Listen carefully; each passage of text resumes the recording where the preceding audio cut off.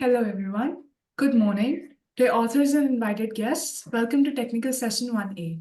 Myself, Ishita Saurya, and this session will be moderated by me. On behalf of Global Knowledge Research Foundation, it is my great pleasure to welcome you all to the 9th International Congress on Information and Communication Technology, ICICT 2024, London, UK. The ninth edition of the conference is being organized in hybrid mode.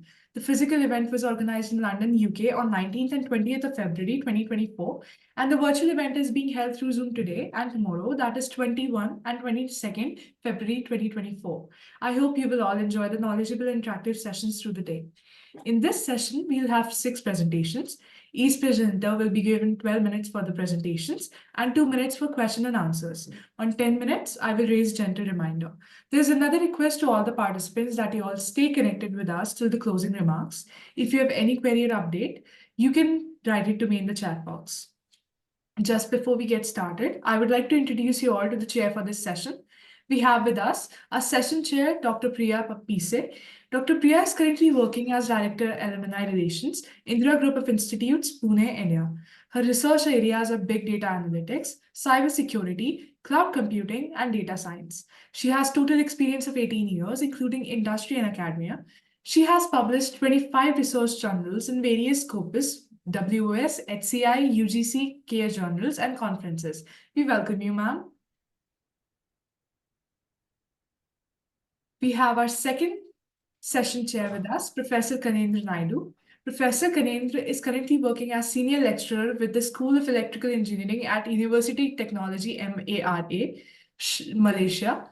He is Chartered Engineer with IIT UK, Professional Technologist, BTech, under the Malaysian Board of Technologists, MBOT, and a senior member in the Institute of Electrical and Electronics Engineers, IEEE. He has authorized multiple ICISI and Scopus Index journals and actively serves as a speaker for various national and international platforms. His research interests include electrical engineering, specializing in implementation of artificial intelligence in power systems. We welcome you, sir.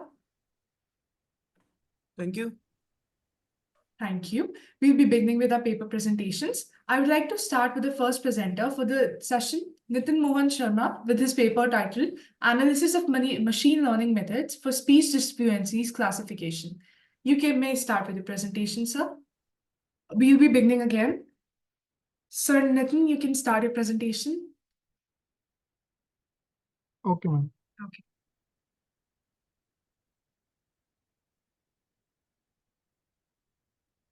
Is the screen visible? Yes, sir, it is visible. Okay. Please. Good morning to everyone. My name is Nitin Mohan Sharma, and I'm a PhD scholar at ICICT CSIU India under the supervision of Dr. Prashant Mahapatra and Dr. Vaibhav Gandhi. This will be the outline of my presentation. So let's first start with what is disfluency. So any disruptions in the flow of spoken language, it is known as a disfluency. So, and according to a research, around 1% adults and 5% of children in the world have a speech disfluency problems. Here are some common type of disfluencies that we see. Starting from the incomplete phrase, revision, interjection, phrase repetition, word repetition. So the main thing to note here is that the first 5 type of disfluencies that we have, these are common to the people who do not have any disfluency problem.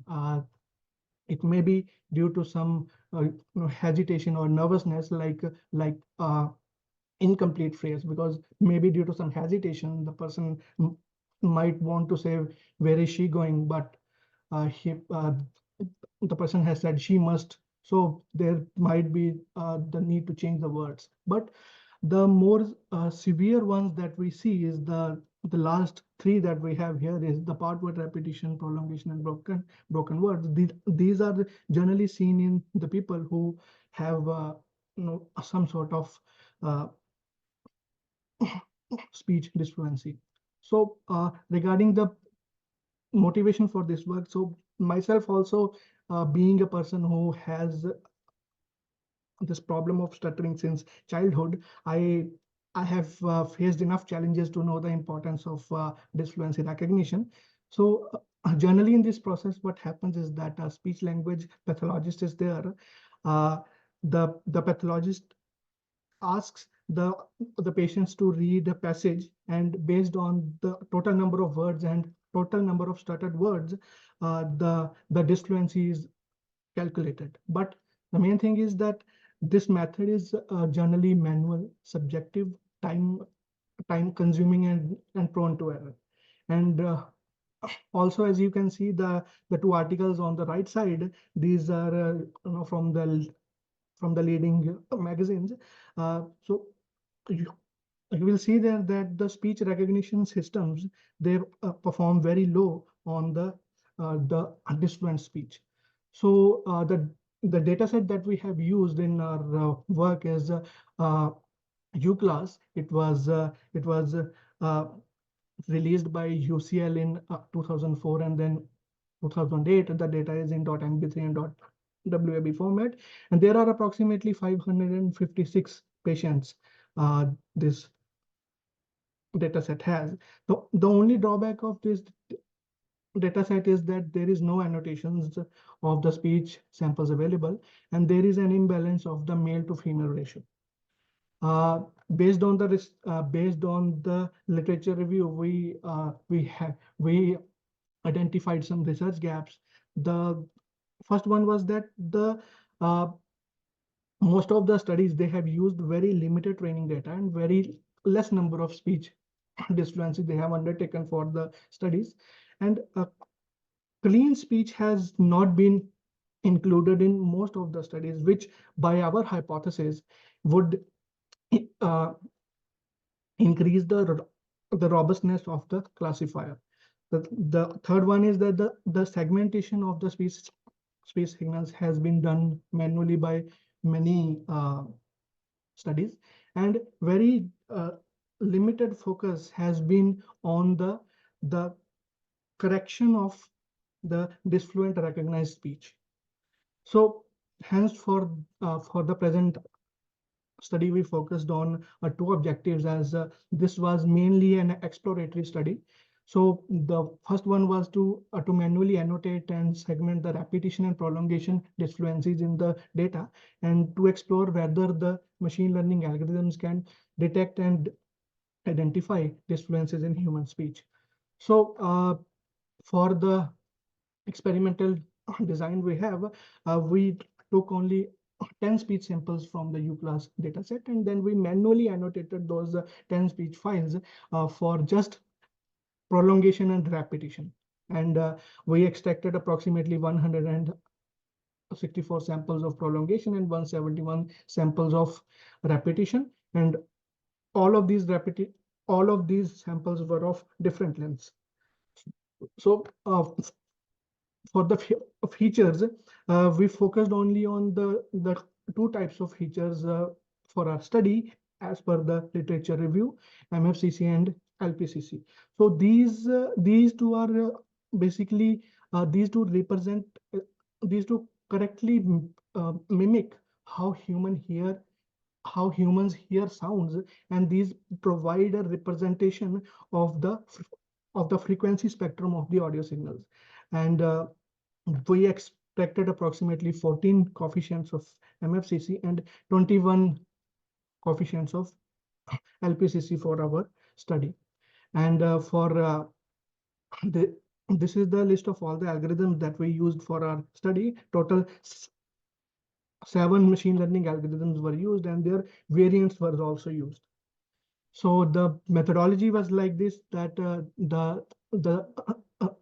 we started with the segmentation of the speech samples into repetition and prolongation, and we then downsampled the signal, and then we extracted the feature and then divide the data into test and train data, and then provided the data to machine learning algorithm to have the best output. So we divided the data into training and validation in the ratio of 7, training and testing into the ratio of 70 to 30, and 5-fold and 10-fold cross validation was also used to validate the results. And KNN performed the best of all algorithms, specifically the variant of KNN, that is subspace KNN, with the 87.1% accuracy, test accuracy over 5-fold cross validation. And as you can also see here in this confusion matrix, the red here represents the confusion matrix for subspace KNN. The classification of a prolongation has been done very well, but the repetition was the KNN was not able to actually identify this the repetition properly. So as a next step, we incorporated 6 types of disfluencies in our study, as well as we incorporated 25 speech files. And the annotation for the files were provided by a research group in Queen's University, Ontario. And as per our hypothesis, we also included the clean speech and divided the data into 7 classes. So for features, we incorporated 5 types of features: MFCC, MEL filter bank energies, LPCC spectrogram, and GFCCs. And we also experimented with the different combination of the coefficients of each feature, and all of this was performed based on the insights we had from the literature review. And we decided to experiment with the same algorithms that we did in the previous studies. And for the methodology, the methodology was also same. The only difference here was that the inclusion of 7 classes and 5 feature extracted. Everything else was the same here. And for evaluation metrics, each algorithm was examined on 6 class data and 7 class data. The 6 class data only had the 6 disfluencies, and 7 class data had 6 disfluencies as well as clean speech data.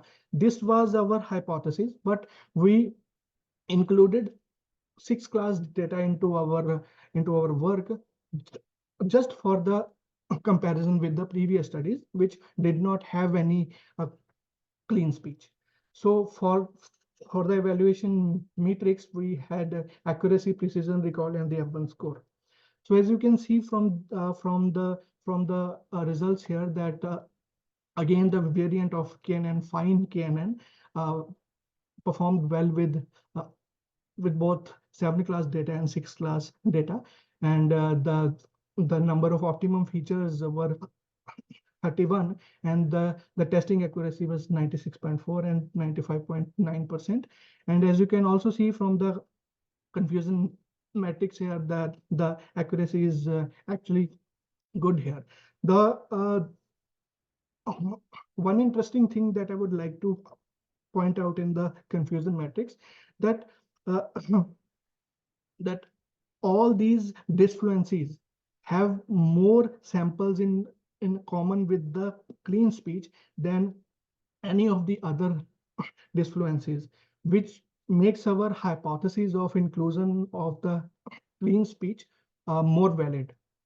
So comparing our results with the existing studies, we incorporated the same data set, but we had more number of classes, and based on that, the results we provided were also better than the studies. So for the conclusion, the proposed methods successfully provided a proof of concept for the identification of repetition and prolongation. The extended work has been able to detect 6 types of disfluencies in human speech with high accuracy. The segmentation of the speech still needs to be automated. We'll be covering this into the future work. The future work will also include training the model on more data. So right now we are actually working on this. We are simultaneously working with 4 different data sets for our study, as well as the training for the simultaneous occurrence of the multiple disfluencies. Because in the real-time applications, there are more than one types of disfluency in the same location.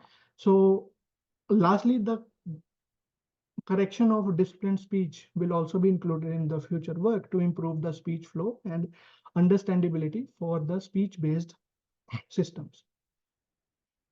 Thank you. That's it from my side.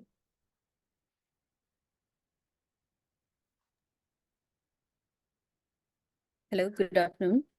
Hi. Am I audible, Mr. Nitin? Yes, ma'am. Yeah. Mr. Nitin, the work you did, indeed, from scratch, from jotting down the objective, doing the literature, Yes, ma'am. comparison, and Yes. putting down all the algorithms before you proceed for the implementation and implementing it, and then coming back to the result, and finding the confusion matrix. I mean, I was just trying to jot down questions for you, but then your next ma'am. slide has, answer all of it almost. Okay, ma'am. So, out of curiosity, I just would like to ask you one question. Ji, ma'am. What were the implementation challenge during, your this work? First work was to manually annotate the data, because ma'am, What were the implementation challenges, during your this work? Yes, ma'am. Yes, ma'am.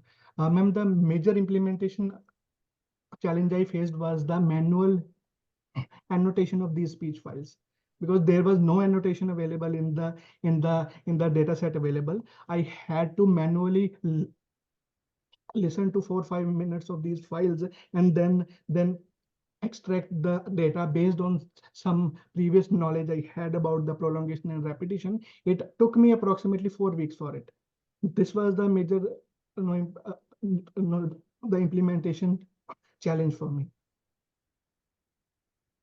Right. I understand and I appreciate. Thank you. Thank you, ma'am. Okay, so thank you, Mr. Nitin, for your interesting presentation. I would like to ask a question regarding the duration of your speech file. So how does the duration or the time period of your speech or the audio file influence the outcome? Can this proposed methodology be used for longer speech sample? Sir, right now, my my proposed methodology is not able to use for the longer speech samples, because sir, I tried implementing for the longer speech samples, but the computation power required for that is much higher. So we need to segment the samples and then start implementing it, sir. Okay, all right. Thank you. Thank you, sir. Thank you, sir. Okay. We'll be proceeding with our next presentation. I'd like to invite paper presenter, Ma'am Mivta Mina, to present the paper titled Credit Risk Management Innovation in Bank Based on Blockchain Technology. You may start with the presentation, ma'am.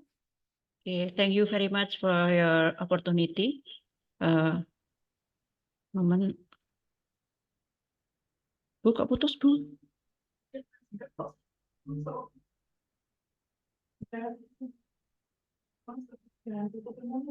Okay. Yeah. Okay, thank you very much for your opportunity. Good morning for all participants in this international conference.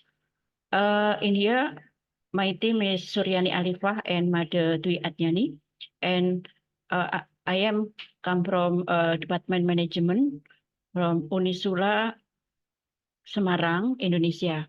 I want to present. My title is Credit Risk Management Innovation in Bank based on blockchain technology. And parts of my presentation, one introduction, literature review, research method, finding and discussion and conclusion.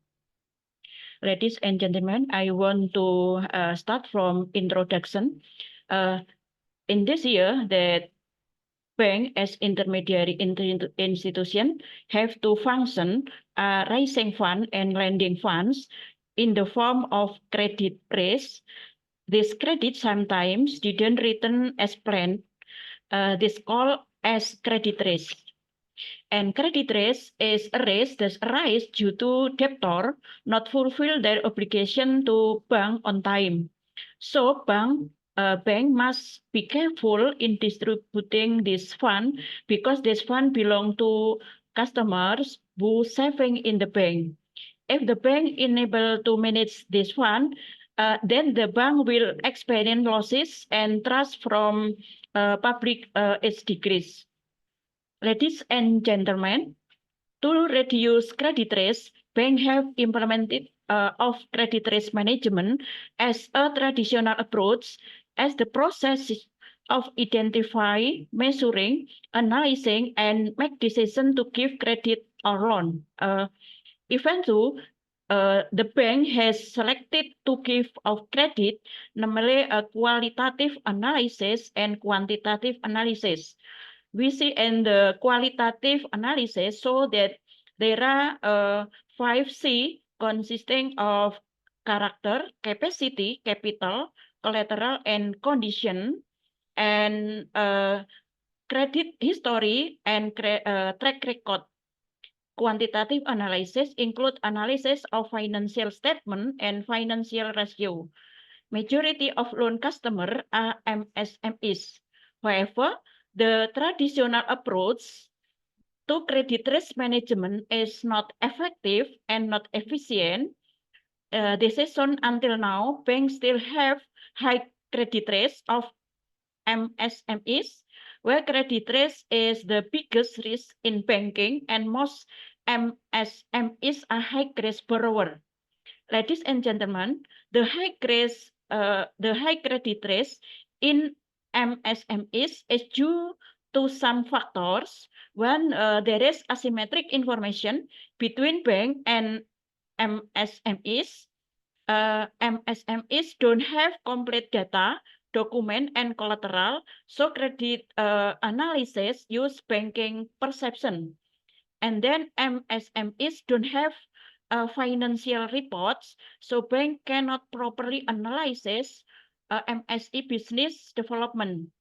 And MSME still use physical identity, photocopy or document, as well as credit contract agreement. It have in hard file form, and in here the name is paper-based. Ladies and gentlemen, now to find the cost of credit risk, bank only analyze the condition of borrower, namely MSMEs.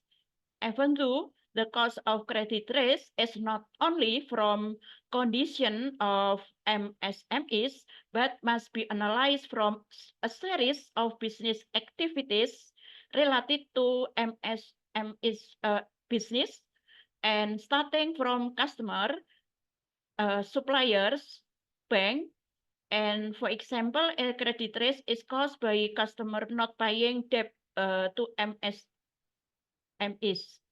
So in digital era, where all business use digital, bank can improve of credit risk management with blockchain technology. Why? Bank must analyze the cost of credit risk from a series of stakeholders involved in business transaction because business processes are interrelated between business activities and stakeholders, consumer, MSMEs, suppliers, and bank. Blockchain technology involve a series of stakeholders, and in here, every stakeholders can monitor all business activities of other stakeholders. Ladies and gentlemen, so the main problem is this study how blockchain technology can reduce credit risk in banking. So how it can as innovative of credit risk management in bank, and the study aims to develop credit risk management innovation concept for bank based on blockchain technology. So in my paper is a conceptual paper. Ladies and gentlemen, now go to literature review. In the literature review, I will explain the MSM is and capital structure theory. We see in here that in the capital structure theory, MSMEs have a strategic role in increasing national economic growth, GDP, and employment absorption. And MSEs need capital, equity, or debt, and can choose mix between equity and debt to improve their business performance, as explained by capital structure theory. And then here, capital structure theory, trade-off theory, packing order theory, and signaling theory. And then MSM is agency problem and credit risk. When MSM is have credit to bank, there are asymmetric information between bank and MSM is. This is explained by agency theory and by Jensen and Mackling.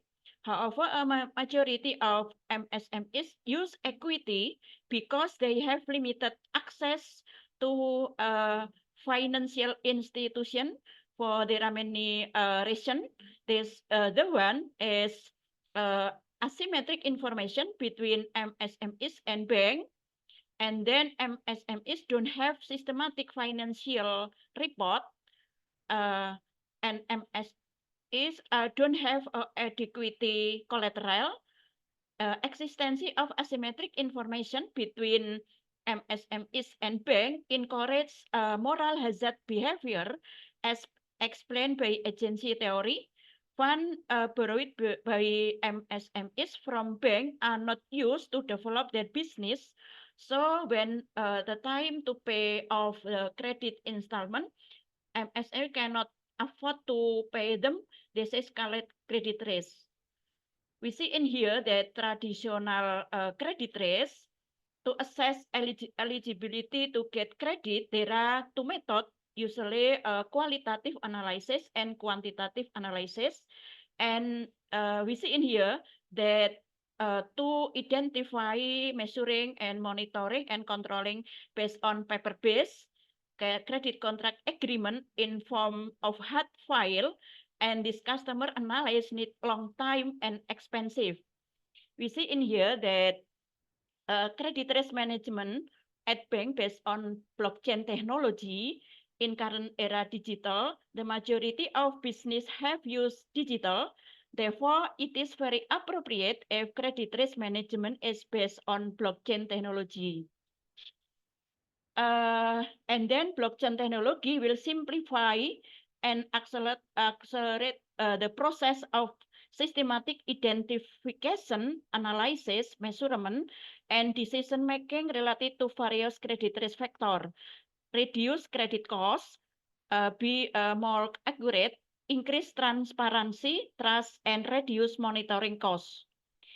Thus, the existence of blockchain technology is expanded to make easier for bank to analyze the track record of MSMEs, overall business activity, and easier for bank to evaluate it, analysis, so credit risk decrease. Ladies and gentlemen, now to research method. This paper is a conceptual paper that use integrative literature review approach as a basis for developing new concept of credit risk management based on blockchain technology. This new concept as blockchain technology use smart contract for all stakeholders, banking, MSMEs, government, suppliers, investor, and in here for all stakeholder can monitor all others activities by digital network. Then finding and discussion, we see in here credit risk management based on traditional approach. We see in here, bank have two duty, funding and lending to MSMEs and non-MSMEs and MSME. And then we see in here that if a bank want to evaluate eligibility from MSMEs, use qualitative analysis and quantitative analysis. But in here, in traditional approach, paper-based, and this is increase the credit risk. But in credit risk management based on technology, blockchain technology, I hear the name is new model, new concept. There are of all stakeholder in here connect in block, and every stakeholder can monitor and can use our other data stakeholder. And we in here process of identifying, measuring, analyzing, and making decision to give credit or loan based on blockchain technology. So transparency, and then faster, cheaper if use blockchain technology. In here that there are many advantages of blockchain approach. There are many in here. Figure 2, this is faster, cheaper, and suffer and reduce cybercrime. Bank can use a smart contract so that bank can implement credit risk management by identifying, analyzing, evaluating visibility of credit based on debtor data connected in the block network. Ladies and gentlemen, now conclusion.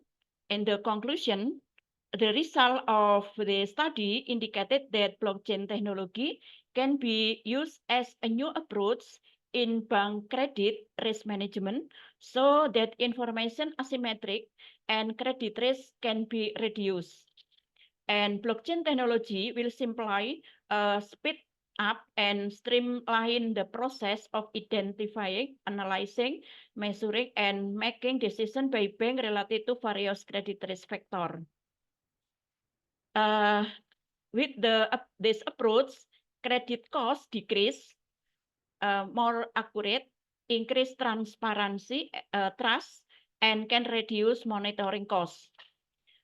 Ladies and gentlemen, there are many limitations of this paper. Credit risk management with blockchain technology approach is still in the form of concept, so it still needs to be tested empirically in the future. The theoretical implication is that this research can develop agency theory with blockchain technology approach. Thank you very much for your attention, and return Yeah. to Chair. Yeah. Hi, ma'am. Ma'am, the way you have studied is very well organized and systematic. And banking sector is always a threatened one where, there are a lot of intruders, and as long as we take the care of, trying to save money, but then it is always a challenge, is it not? So blockchain technology is the one which is very effective, very, very effective in everyone's opinion for now. So any specific feature that you would like to tell me that is, where the vulnerability is little more? I mean, it's a study, right? It's a study paper that you have presented for now.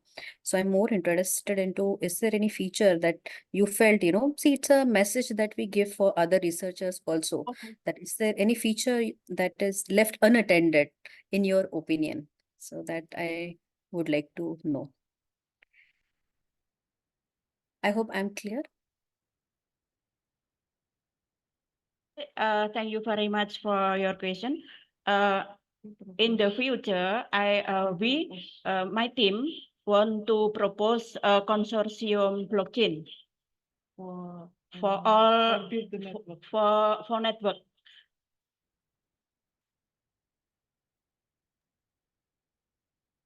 Okay. Okay, all good. Thank you. Okay. All right. So thank you for the presentation.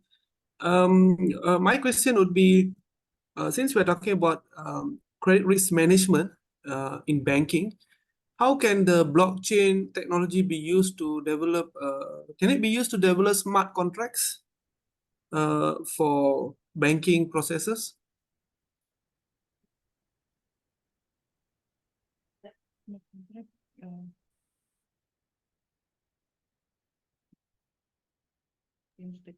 Okay, thank you very much for your question.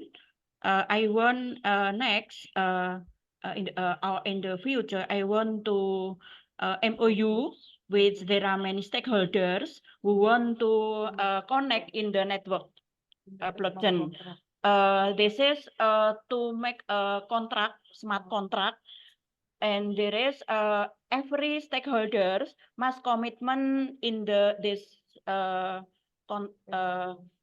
in the MOU. All right. Okay. Thank you.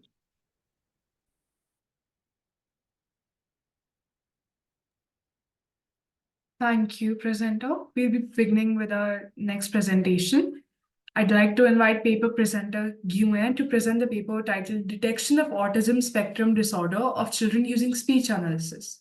You may start with the presentation, sir. Yeah. Can you hear me? Yes, sir, we can hear you. Okay. I'm going to share my screen. Give me 1 minute, please. Please go ahead. Okay.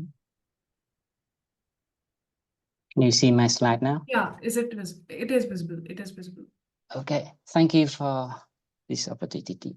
Hello, everyone. My name is Nguyễn Công Phương, and I'm from Hanoi University of Science and Technology, Vietnam.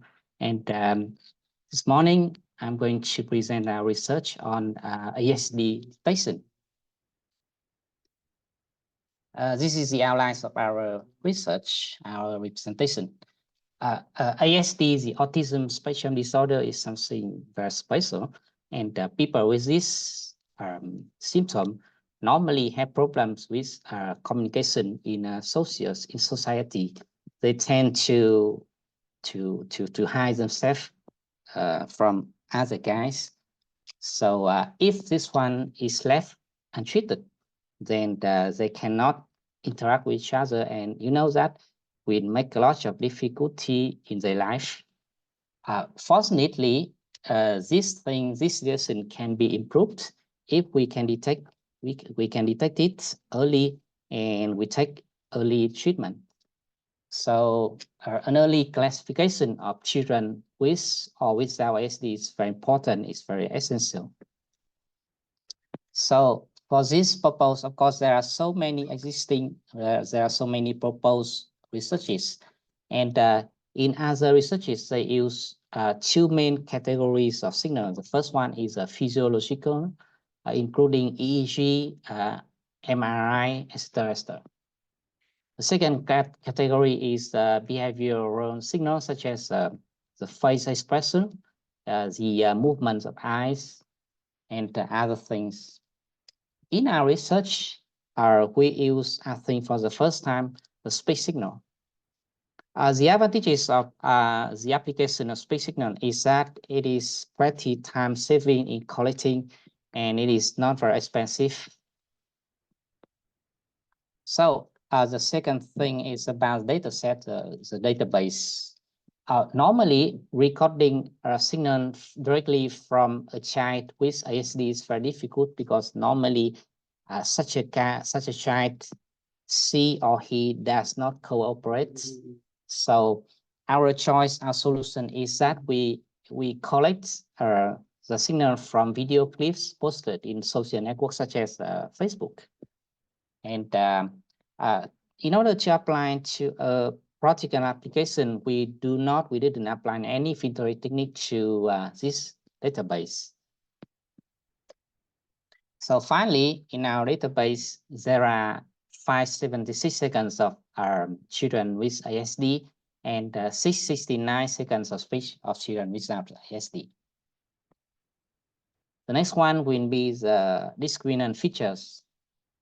To distinguish between speech of children with and without ASD, we are trying these features, the frequency component, sorry, the main frequency component, MSCC, band energy ratio, and PNP. And that make a set of 30 features. And in order to reduce number of features, to simplify the process of training and classification, we use the PCA to reduce number of features. And the output of this process is fed to a classification model. In our research, we try to evaluate 7 models, as you can see here.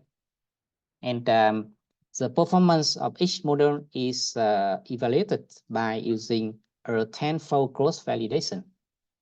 So the purpose of this step is that we try to find the most suitable feature set and of course the corresponding classification model.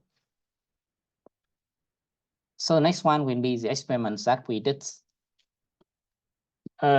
We applied 2 measures. The first one is miss detection, and the second one is a false alarm. And to find the appropriate number of features, we increase the number of features from the minimum value, which is 1, to the maximum value, which is 30. And you can see that when the number of features is very small, such as 1 or 2, as we expected, the 2 values, the 2 errors here is pretty high. But when we increase the number of features, this one can be improved, as you can see here. For example, for the first model, for the ANN, the more the number of features we use, the higher the accuracy we can obtain. And in this case, we found that the 19 number of features is the best, the most suitable for this classification model. Similarly, for the other one, for example, for the decision tree, the best number of feature is is 14.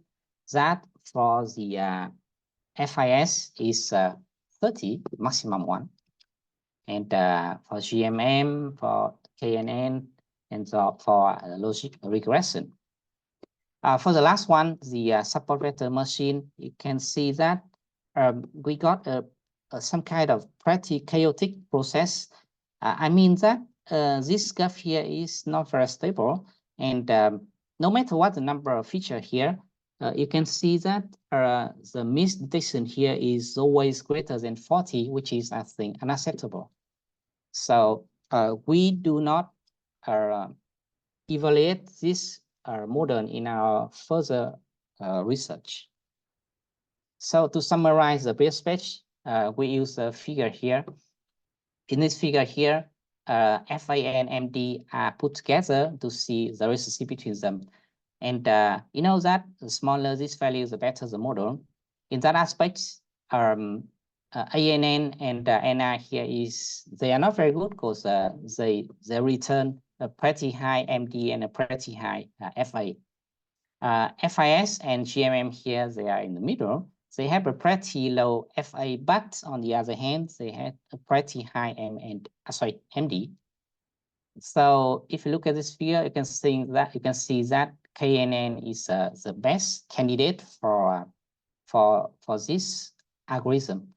And the table on the right here is summary of the qualitative summary for the figure on the left. And I think that KNN here is the best one in every aspect. Even the standard deviation of this one is very small, meaning that the operation of this one is pretty stable throughout the 10-fold cross validation. This one was found with the help of a PCA, and because the number of features here is 11. So we think that we can reduce this one directly without the application of PCA. So we try two sets. The first one is F0, BER, and SEC. The second one is this one. And you can see that compared to the direct application of PCA here, the direct truncation of features here, I don't know why, but it returns a much better result than a much better performance than the direct application of PCA. So finally, due to the better performance here, I think that this one should be the suitable feature set for our detection. Sorry, for our detector. So finally, the result here is that we developed an ASD classification for 3 to 6 year old children, and the feature here is S0, BER, and MSCC, and this one is based on K nearest neighbor model. Our main contribution here is that we think this is the first time we use a space signal to detect children with or without ASD. The advantage of this approach is that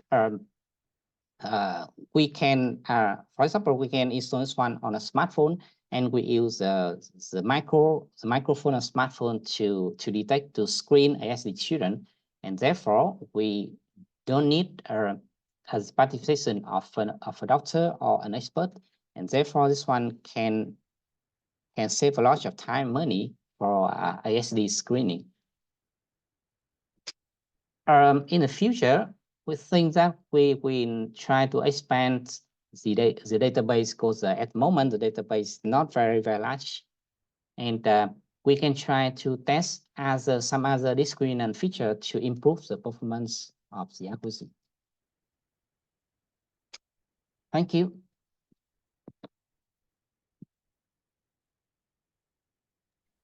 Yeah. Hi, sir.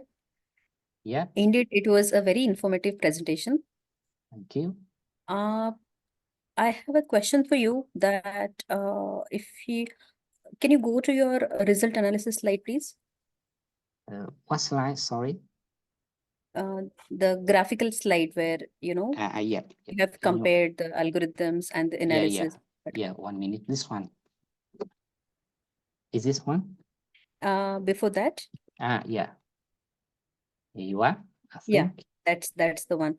So, sir, I have a question that is, what is the effect of, number of feature that you're going to consider for the experimentation on the overall result or the performance of the system? Normally, we increase the number of feature, and theoretically, the more discriminant feature, the higher the So theoretically, we don't know exactly what number is the best one. So we do experiments. We increase the number of features from 1 to 30. Right, because see, so what happens is, as a when you are doing some experiment, you will have to decide how many number of features that you can decide for, while applying any kind of the algorithm onto it. So, what's the best point, or what is the point that we will have to think that we'll have to stop taking more number of features, so that this is the best experiment as far as application is concerned. Yeah, that's right. But there is, I think there is no other way to find the best number of features at the moment. So we just do the experiment. Okay. I don't know any way to compute directly from the database, so we do experiments. True. Thank you. Okay. Right. So thank you, Mr. Nguyen, for your very interesting presentation. I have one question. I think you've used the principal component analysis in your algorithm. My question is, for this particular application, can advanced signal processing, like perhaps wavelet transform, can be used? Would it be perhaps better in extracting the features Or what is your comment on that? Yeah, I think that maybe there is something better algorithm than PCA, but you know that doing this kind of experiment is very time consuming. For example, for the FIS here, each time we do a cross validation, it took us about more than 2 weeks. So we don't have time enough to test other one. No. All right. Okay. Thanks. You are welcome.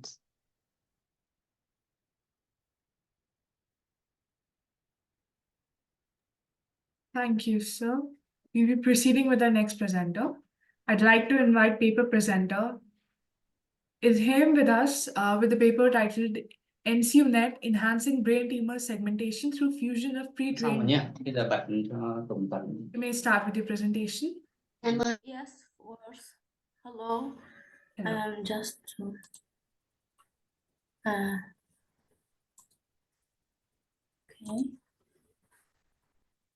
Sure. Yeah, is it appearing? Yeah, it's visible. Please go ahead. All right. So, good morning, everyone. It is truly an honor to stand with you today under this great event. My name is Lawamir Ilham, a fresh graduate with a master's degree in artificial intelligence and data science from the University of Kazim El-Bah, Wirgla. So, have you ever heard about gliomas tumors? Did you know that they are classified as the most aggressive type of brain tumors, a kind of tumors that attacks the supportive cell of central nervous system? So we have addressed these cancerous tumors and developed a study dedicated to improving the segmentation of gliomas and they're entitled Enhancing Brain Tumors through the fusion of pre-trained models.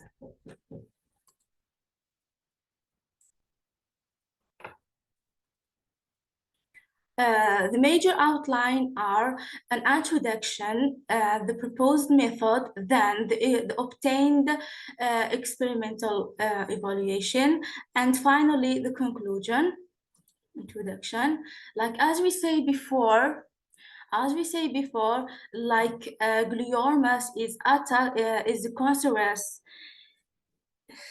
cancerous tumor that attacks that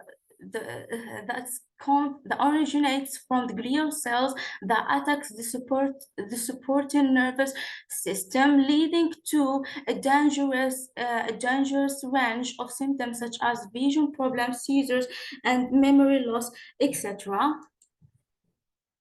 So to highlight the problematic that we have faced through our research, we found that based on the state of the art, it is evident that the current method of brain segmentation face significant challenges in terms of high computational resources. We've also observed that most of segmentation methods adopt an encoder-decoder architecture types where there is a present need to direct attention toward create a rich encoder that have the ability to effectively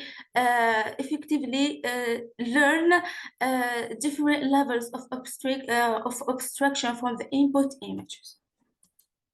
Now the proposed method to uncover the UNet architecture. UNet is a U-shaped encoder-decoder architecture type, starting by receiving an input and ending by ending by decoding this input image and generate an output segmentation map. This encoder seek to extract different levels of abstractions from the input images, and that's by decrease the spatial dimensions of the input image. As the spatial dimensions decreases, the channels increases.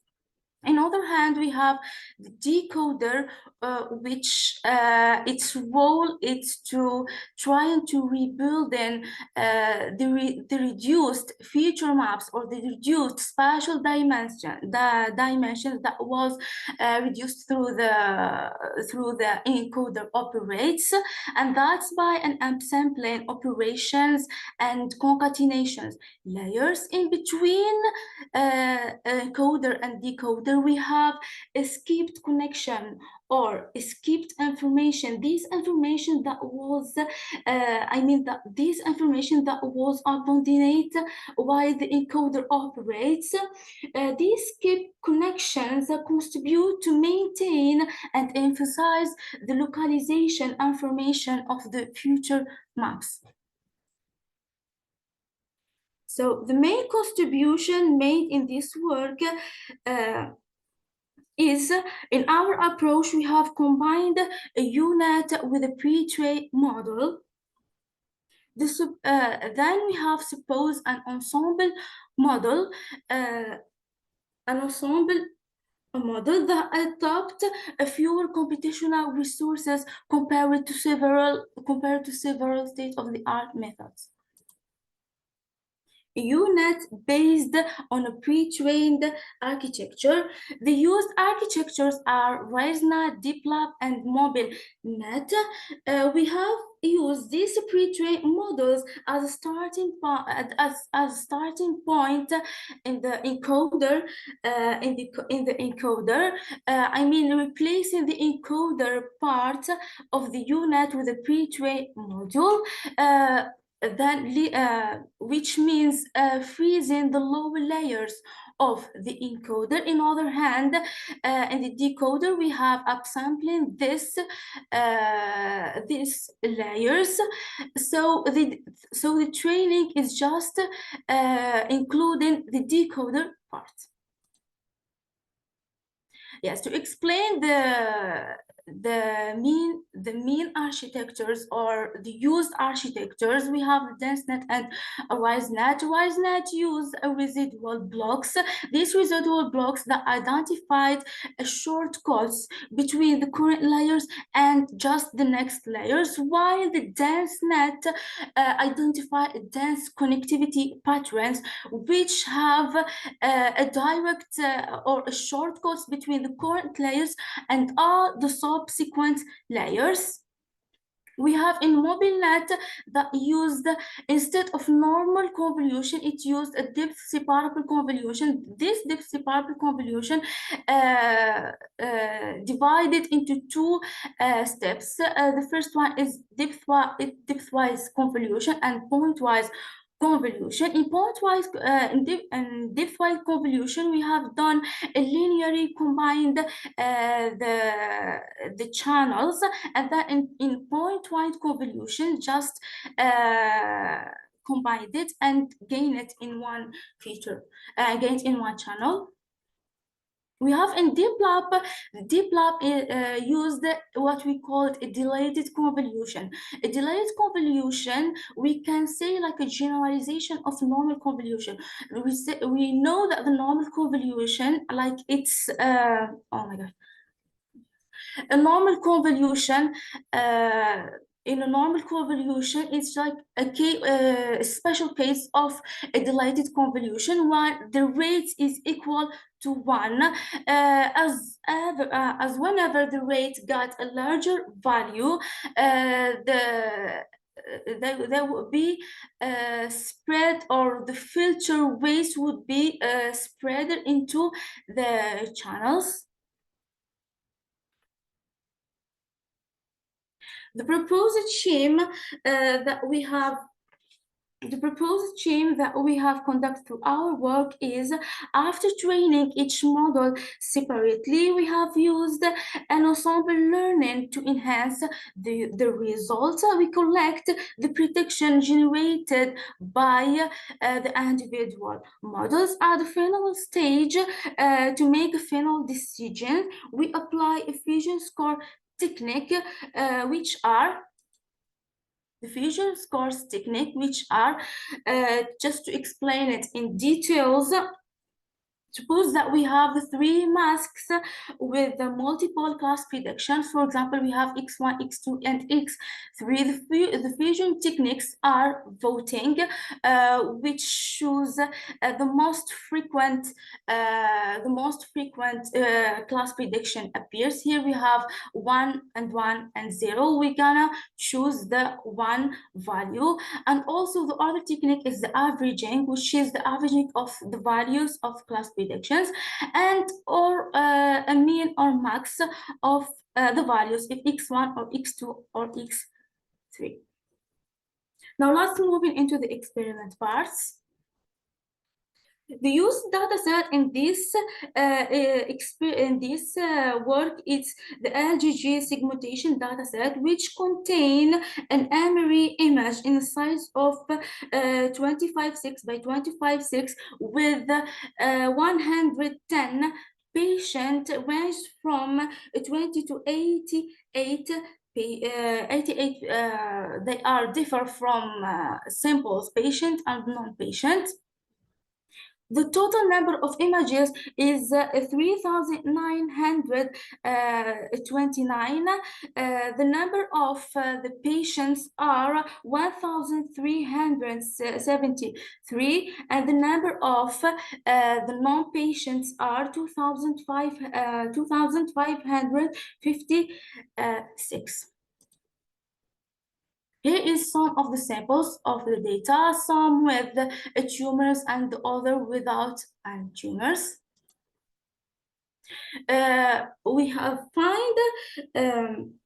We have faced an unbalancing data problem when we have encountered an unbalancing data problem, and we've handled this problem by applying a various of transformations to the original images, images such as scale, transition, appearance, and other techniques.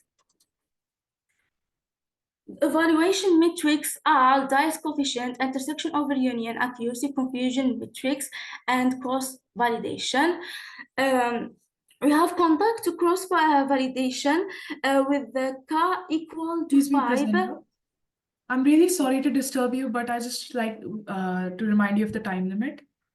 Oh my gosh, no way. It's a time limit. You can move on to the conclusion. But okay. Like given But there's the summary. but there is an important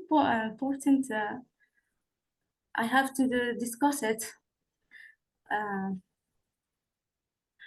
Okay, so just in a briefly way, we have done a cross-validation experiment, and also we have done a Wilson-Siner rank test, which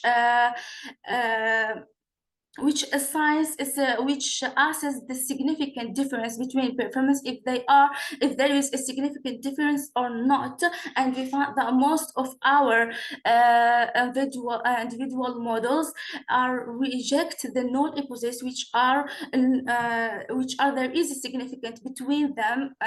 The chosen models contain a different characteristic, differs from one to other. And here is the results. We find that the residual unit achieved the most values. We found that dense net it's approximately similar to rise net. We found that also that MobileNet and DeepLab approximately perform the same performance. And after that, we find that the proposed method enhanced the results of the individual models. We found the ensemble max contain a larger Dice coefficient and larger accuracy. Here is some of visual predictions.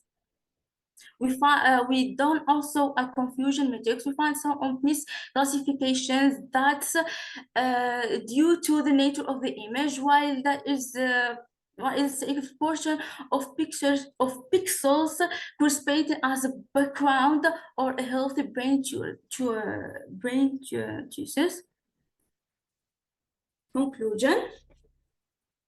To sum up our finding into points, this paper explores the impact of utilizing pre-trained models as encoder in the unit architecture.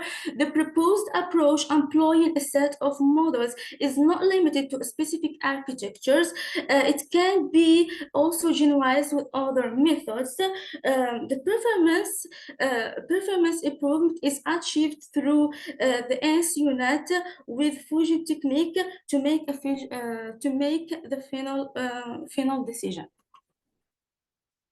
Thank you for your attention.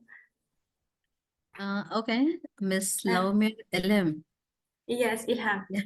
I understand. And looking at your overall flow of your presentation, jotting down the objectives and doing the literature and then proposing it and implementation and experimentation. It was indeed very, very informative and impressive. So for now, Yes, and I do not have any question. yeah, we shall. Yeah, so over to you. What is the question? I said that I'm impressed with your work, the way you did. It was really, really impressive. And I would not like to ask you any question. Okay. Right. Okay. So maybe it's towards to me right now. And thank you for the presentation. I think as mentioned earlier by the chair, I think it is a very interesting presentation and a lot of Thank you so much. information have been shared. And we wish to hear more from all the results that you have. And I just have one small question. And Yes. one of the issue with brain tumor segmentation is the location uncertainty, especially when you use the MRI scan. So how do you solve that issue in your research? We've done the data augmentation. It's helped us so much to solve this kind of problem. Yes, yeah, because as you say, we found a very problem with this problem of tumor uncertainty or tumor, not just the location, but also some of the picture, the tumor isn't appear. Some of the, like we find these challenges more in one data, not this one. It was the brats. If you note before that, yes, we tried to solve it with the brats, but we couldn't just continue with the process because it's a very high and very it was a very has very computational resources, so we couldn't handle it. The problem of the uncertainty of the tumor uncertainty and the homogeneous, the shape of the tumor isn't appear. We couldn't solve it, so we moved to just a 2D data with the available computational resources to do our experiments. Results. Yeah. Okay. All right. Thank you. Thank you. With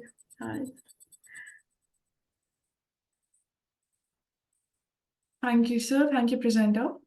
We'll be proceeding with our next presenter.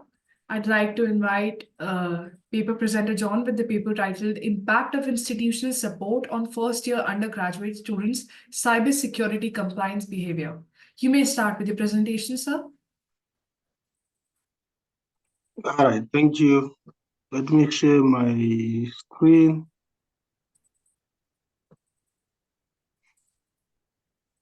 Can you see my screen? Yeah, it is visible. Please go ahead.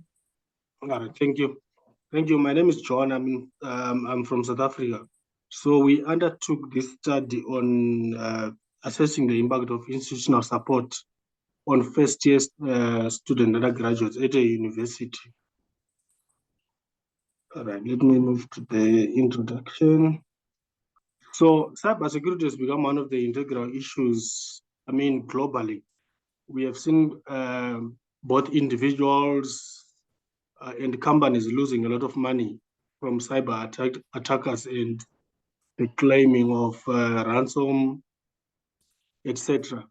And from experience, literature, and even other publications, it shows that human error is the source of most of the successful cyber attacks. Despite organizations having implemented and invested in sophisticated, technical solutions to cybersecurity, such as firewalls, such as cryptography, still the percentage of successful cyber attacks, is on the rise, and billions and billions of dollars are being lost. So we questioned ourselves and said, so what could be the problem? And we figured out that the human component is also as important as the technical component. We normally call the human component the non-technical errors, because sometimes, despite having this sophisticated equipment, as long as the behavior of humans are not inclined towards a cyber secure, culture, then the equipment won't serve the purpose. So our interest was on students, especially first-year students, because this group of students, they are very naive as they join university, coming from high school. They join university where there is open Wi-Fi, there is 24-hour access to internet. So they end up visiting sites, they end up watching movies, they end up, being trapped by to follow links because of the excitement. Because, for example, looking at the South African student population, most of them are coming from rural areas, and sometimes it's very expensive for them to be on the internet. So as soon as they enroll in university where there's free internet access, there's that excitement, and they end up clicking links, they end up following links, which can really open areas of vulnerability to the institution. So we felt it's very important for us to undertake a study of this nature at that level, at the first-year level, so that universities are protected. Because remember, for a successful attack to happen, someone doesn't really have to be on campus at that particular university. Through access of some users' credentials, then these attackers can try, to get inside the university ICT infrastructure, either remotely or locally, and attack. Then they can encrypt the infrastructure or even data and databases. Then they can claim for some ransomware. So universities have been providing, awareness programs and first-year student experience, programs. But we have also observed that on these first-year student experience programs, they lack programs to do with cybersecurity, conscientizing the first years that you are in university now, you are exposed to billions and billions of people on the internet, and no one monitors you. You are there alone with your gadget. Such training and awareness seems to be lacking at that level. Normally, when these young ones, the first-year students, come to university, they are just oriented about university life, and but the issues of cybersecurity are lacking. So we felt we wanted to look at the institutional support from that angle. So our research questions were: what are the factors that affect cybersecurity compliance behavior, and how do these factors impact on university student cybersecurity compliance? Then number two, how does self-efficacy, response efficacy, and will mediate the relationship between institutional support and cybersecurity compliance behavior? Self-efficacy is one's belief that they can do it successfully. Response efficacy is the way someone takes the training that they are given in terms of responding to and being cyber compliant. Then the will is the desire to be compliant. So we wanted to see how those three mediate the relationship between the institutional support and the cybersecurity compliance behavior as well. So the framework, the proposed framework, looked as follows. And this framework was designed being informed by two theories in literature. That is the theory of planned behavior by Adjzen, and the formation of habits theory by Hong and Fanel, because we felt that being compliant with cybersecurity requirements is something that develops like habits, and it goes on to influence your behavior. That's why we chose those two theories and matched them, pulling out the constructs that we felt would give a complete picture and leaving other constructs. So on the left, it was institutional support. We wanted to see its relationship to self-efficacy. Is there a negative or a positive relationship, and how significant were the relationships? Then institutional support to will, institutional support to response efficacy. Then from self-efficacy, we wanted to see its mediation as well. Then we also wanted to see how it's related to cybersecurity compliance behavior. Then will, its mediation as well between institutional support and cybersecurity compliance behavior. And also it's the type of relation that exists between will and cybersecurity compliance behavior. Then lastly, response efficacy to cybersecurity compliance behavior, the type of relationship, and also the kind of mediation that it provides between institutional support and that cybersecurity compliance behavior. So we collected data from around 360 first-year students from different faculties, and using SurveyMonkey, an online data collection platform.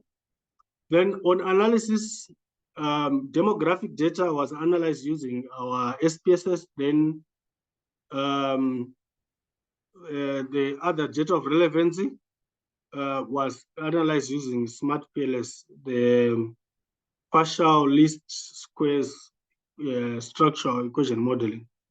Those are our constructs and their loadings and the types of relationships as depicted by this figure. This was an output from Smart PLS.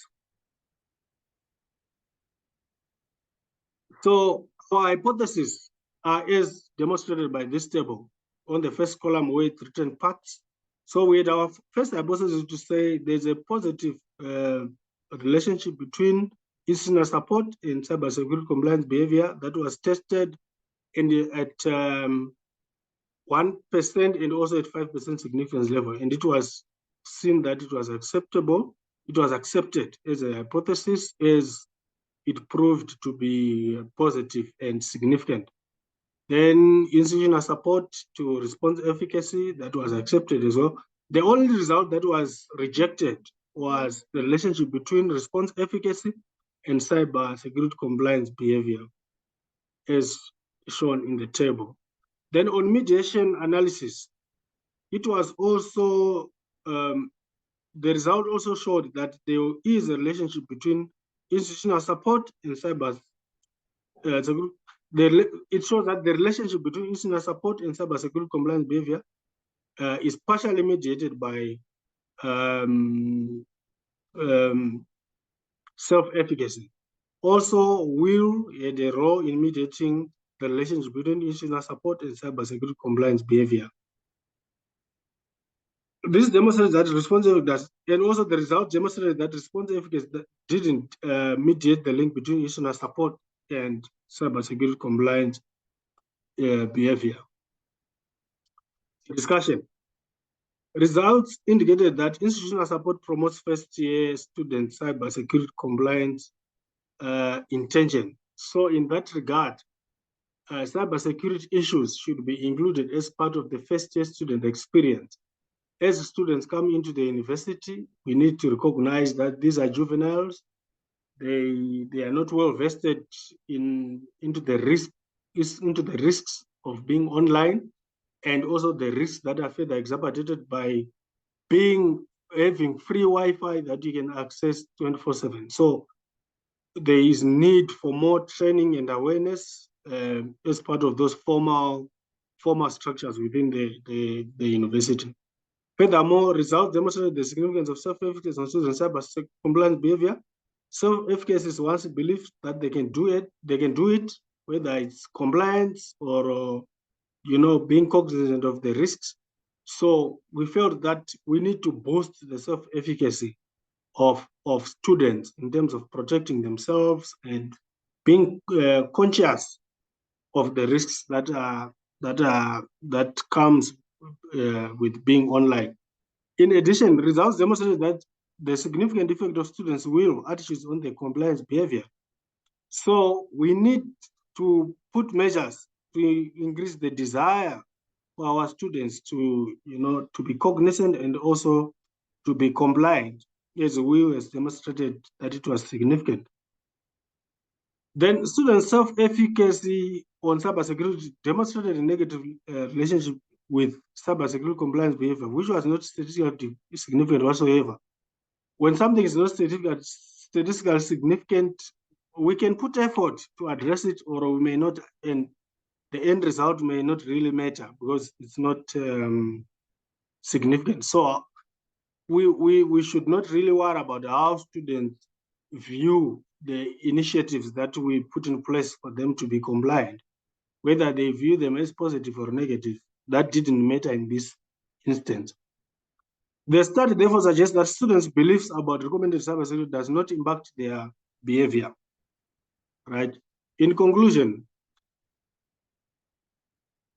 exploring how first-year undergraduate students observe compliance behavior through the habit formation theory and the theory of planned behavior assists institutions of higher education develop effective and targeted compliance strategies and support mechanisms. Because we want to channel our resources, cybersecurity compliance resources, being informed by the relationships that are significant. So from that final model that came out of Smart PLS, I think that it can inform us on where we can channel our effort. This study suggests for will that is positive attitude development, we need initiatives to promote positive attitudes towards self-protection online by our first-year students, and self-efficacy boosting through institutional support mechanism for our first-year undergraduate students. Then this study was undertaken at one institution. So although the results from that one institution may be applicable to comparative settings, but it can be difficult to apply it to a wide, South African context or even African or a world context because of different other issues like your availability of resources, the prior education in high school and even primary differs from region to region. So that those could be our limitations. And we would really encourage other future studies maybe to be, longitudinal, to consider so many other institutions and even other regions, and even the future studies to be comparative so that we can see the differences in this phenomena from region to region and maybe the reasons behind those differences. So that could be the, future studies. Yeah, thank you very much. And yeah, I'm ready to take questions. Hello, thank you for the wonderful presentation. Out of curiosity, I just would like to ask you, the system you have implemented for South African institutions for the students, in terms of cybersecurity. So, what the key point that you would like to share with us in order to make the system a generalized one? The point you have already jotted down in your future scope. So there, where I would like to know more, which key features you would like to, or the next gen can add so that, it can be applicable to other education institutes as well. Yeah, so we strongly feel that, when students are coming into university, they are normally given, orientation. There's those first 2 weeks or first week where students go through orientation in terms of university processes, how they operate, because the university processes and the secondary education processes are quite different. So during those periods of orientation where students are oriented about university life and how the university processes go by, we strongly feel that there is need, to include cybersecurity training and awareness as formal processes within those, as formal part of those processes. Because what happens now is that students are mostly left, on their own, and they have to find out things. And through those, we can call it experimentation. And with issues and significant issues such as cybersecurity, we can't take chances by leaving such critical issues to students to figure out, So Right. I really feel that practitioners within our university, or even we should set up a unit that deals with that. Just like units are set up in universities, such as counseling, where if students go through rough times, they go for counseling. We have got like clinics where if something happens to students, they go. We need to set up units that deals with cybersecurity, because this has become a huge issue that can lead to catastrophic results and loss of quite a handful amount of money. So yeah, including cybersecurity trainings and awareness as part of this first year student experience, I think at this moment should be like a must. Yeah, if yeah. I may say. There's one more point on my mind, Yeah. rules and regulations by the governments and the amendments of it that also can be taken care of before they implement the system. Yeah. Okay. Yes. Yes. Yeah. Great. Thank you. Okay, so thank you for your presentation. I think it's very interesting, especially talking about cybersecurity. And I think one of the question I would like to ask is there are some main factors that influence the intention of the students to comply with the cybersecurity practice. Is this factor is it geographical based on the country, or it is a common factor across on a global scale? I think it's a global, but it can differ. There are factors that influence other factors. For example, obviously, maybe if this study was taken from because South Africa is a developing country, and developing countries are characterized by limited resources, sometimes, especially to secondary education, in terms of ICT education, in terms of access to ICT resources such as the gadgets, the access to connectivity. Data cost is very high in South Africa at the moment. It's ranked as one of the countries that has got higher data cost.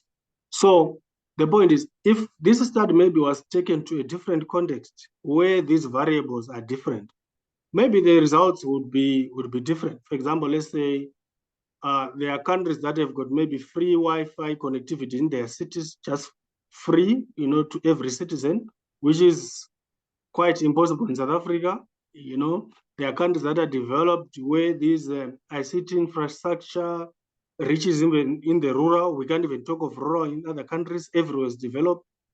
In South Africa, we've got millions and millions who are living in the rural. So their exposure to ICT issues, ICT infrastructure, which also builds to the need for cybersecurity, is really quite limited. So I can say this phenomenon at the moment, from this study, we can tie it to this region. Maybe another study could be taken and take the same kind of study to another country which is developed, that is different in terms of access to ICT resources and knowledge. Maybe we would find different results. Mm-hmm. So at the moment, I can say it's regional based on the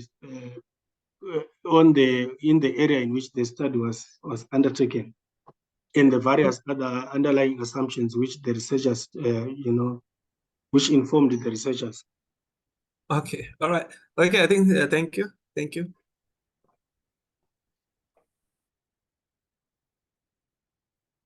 Thank you, sir.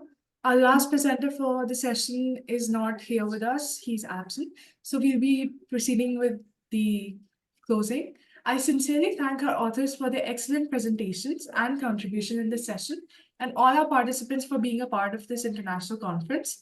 I hope this session was informative enough. We, on behalf of the whole team, thank you for the support during this 9th version and all the previous 8 versions of the conference. We will be happy to have you in the 10th version in 2025. All the presenters will be getting their digital certificates through email within 2 working days. Furthermore, all the papers have already been forwarded to the Springer. The publication will be live within 6 months, so kindly cooperate with the team of ICICT 2024. I thank our session chair. Just a second. I thank the session chair, Ma'am Priya Pise, for chairing the session. I also thank our session chair, Dr. Karindra Naidu, for chairing the session. This is a token on behalf of Team ICICT 2024 and Global Knowledge Research Foundation and partners. Thank you for your valuable presence, sir and ma'am. Thank you. Thank you. Our pleasure. I kindly request everyone to switch on their cameras for a quick snapshot of the virtual conference. Thank you.